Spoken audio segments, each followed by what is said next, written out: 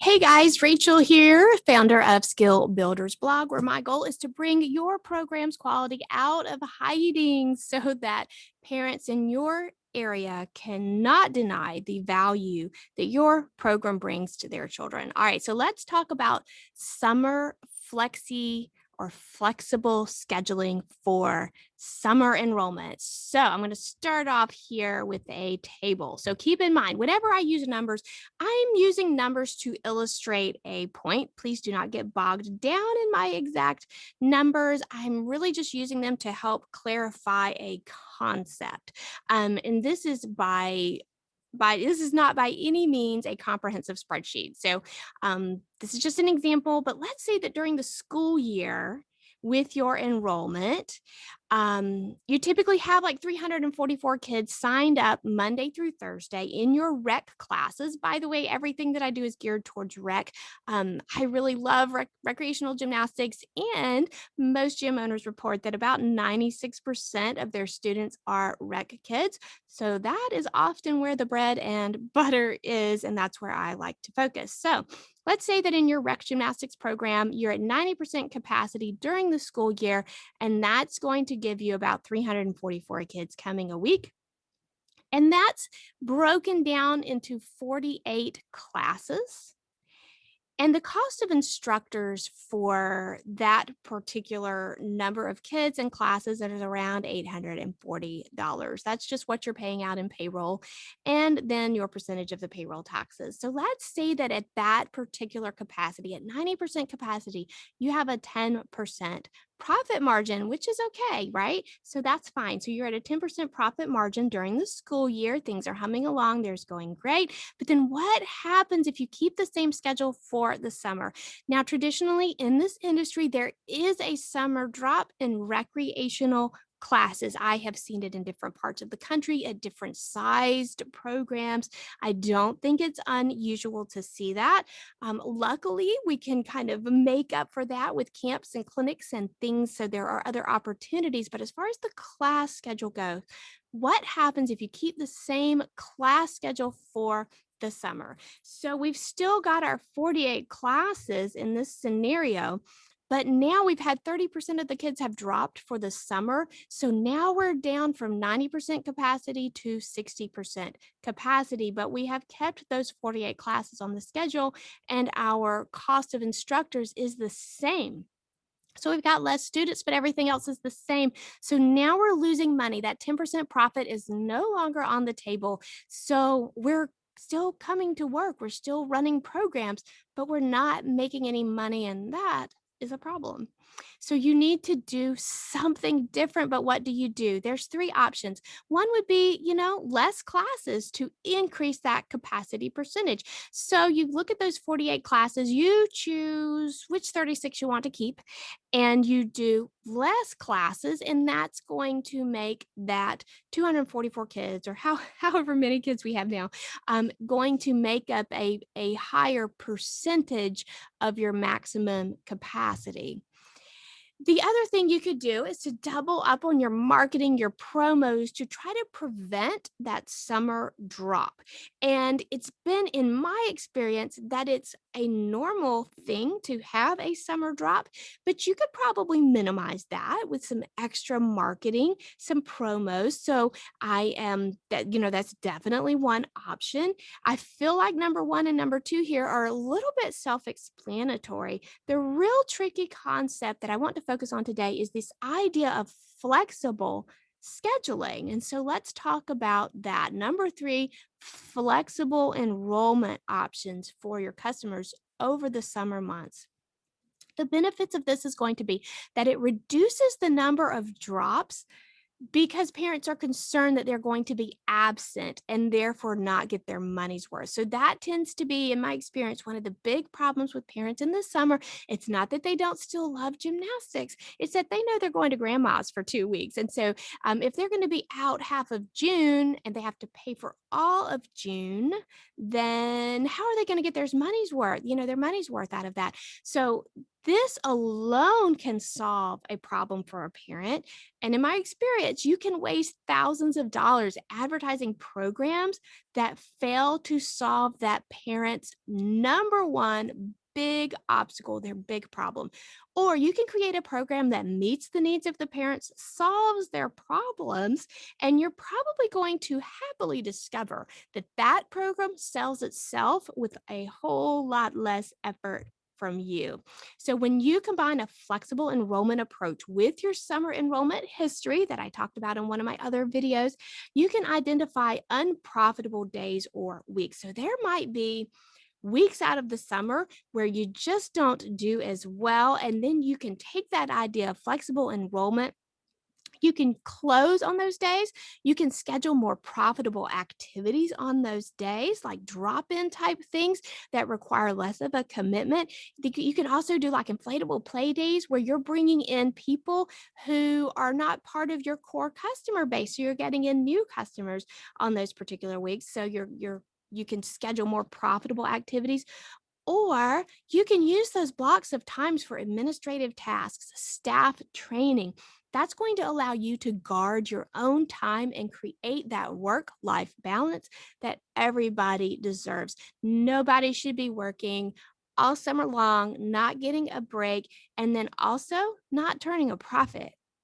What's the downside of flexible summer enrollment? So let's get real with any business, anything that anybody does as an entrepreneur, there are downsides. And I think it's important to be real about that. And there are some downsides, and that is going to be the enrollment process, especially if you are a small facility who has to limit class sizes, or if your brand identity is centered around limited class sizes. That's going to make this enrollment process more difficult for you if that is your brand identity.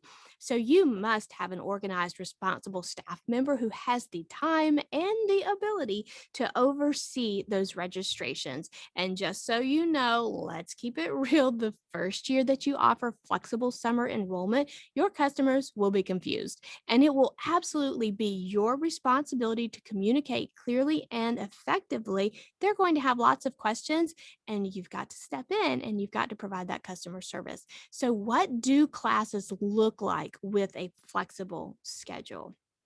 You're going to have less classes. You may combine the same age groups offered at different days and times right now into one day and time, or combine similar levels or age groups into a single class. For example, with our elementary school age gymnastics, we combined our fundamental and intermediate levels in the summer program. If you market correctly and if you really pay attention to how you present that opportunity to the customers, it is not a deterrent to those intermediate students, but you do have to put a little thought into that. And then parents, when they enroll, they're going to choose their class day and time. So let's say I want to do the Monday 5:30 gymnastics and dance combination class. So I'm going to choose my class day and time, and then I'm going to choose which weeks they want to come. Now, I have always liked taking my 10-week summer program and breaking it down and assigning each week a number. I've got first week of the summer program is week 1, last week of the summer program is week 10, and internally with your staff and registration, giving each week a number, and everything that occurs inside that week is a week 1 activity. That's going to really clarify things internally for your staff. So you may have 18 students enrolled in one class day or time, but only 8 of those scheduled to come each week. And here's how that benefits you financially.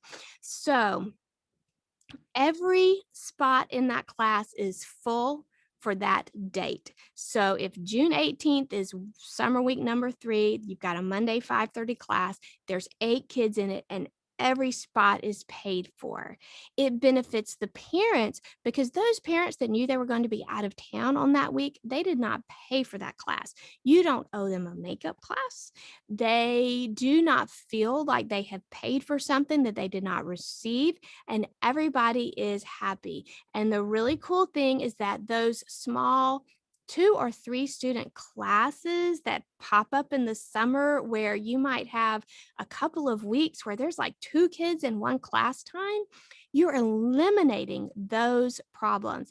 The kids are not the problem, of course, but it's a problem that you are having a class and you're not making a profit, right? So you end up serving the same number of summer students with less overhead. Every spot that you offer is full, it is paid for, and customers are not paying for things that they think that you're going to owe them for later because they decided to go visit grandma. So, what do camps look like with a flexible schedule? Let's see. So, your parents are going to choose from a morning session, an afternoon session, or all day session for a group of days or a theme camp title, however you do that. So we're going to look at an example here. So let's say that you have Ninja Camp coming up Monday through Friday. June 5th through the 9th is Ninja Camp, right? Okay, and so here's how it's going to work. So the parents can enroll for the morning session from 8 to 12 for 157, the afternoon session from 1 to 5 for 157, or they can come all day 8 to 5, and that's a discounted price of 287. Again, don't use my prices as markers for your demographic because the cost of living where you are is likely different than mine. So please choose pricing that is in line with where you are.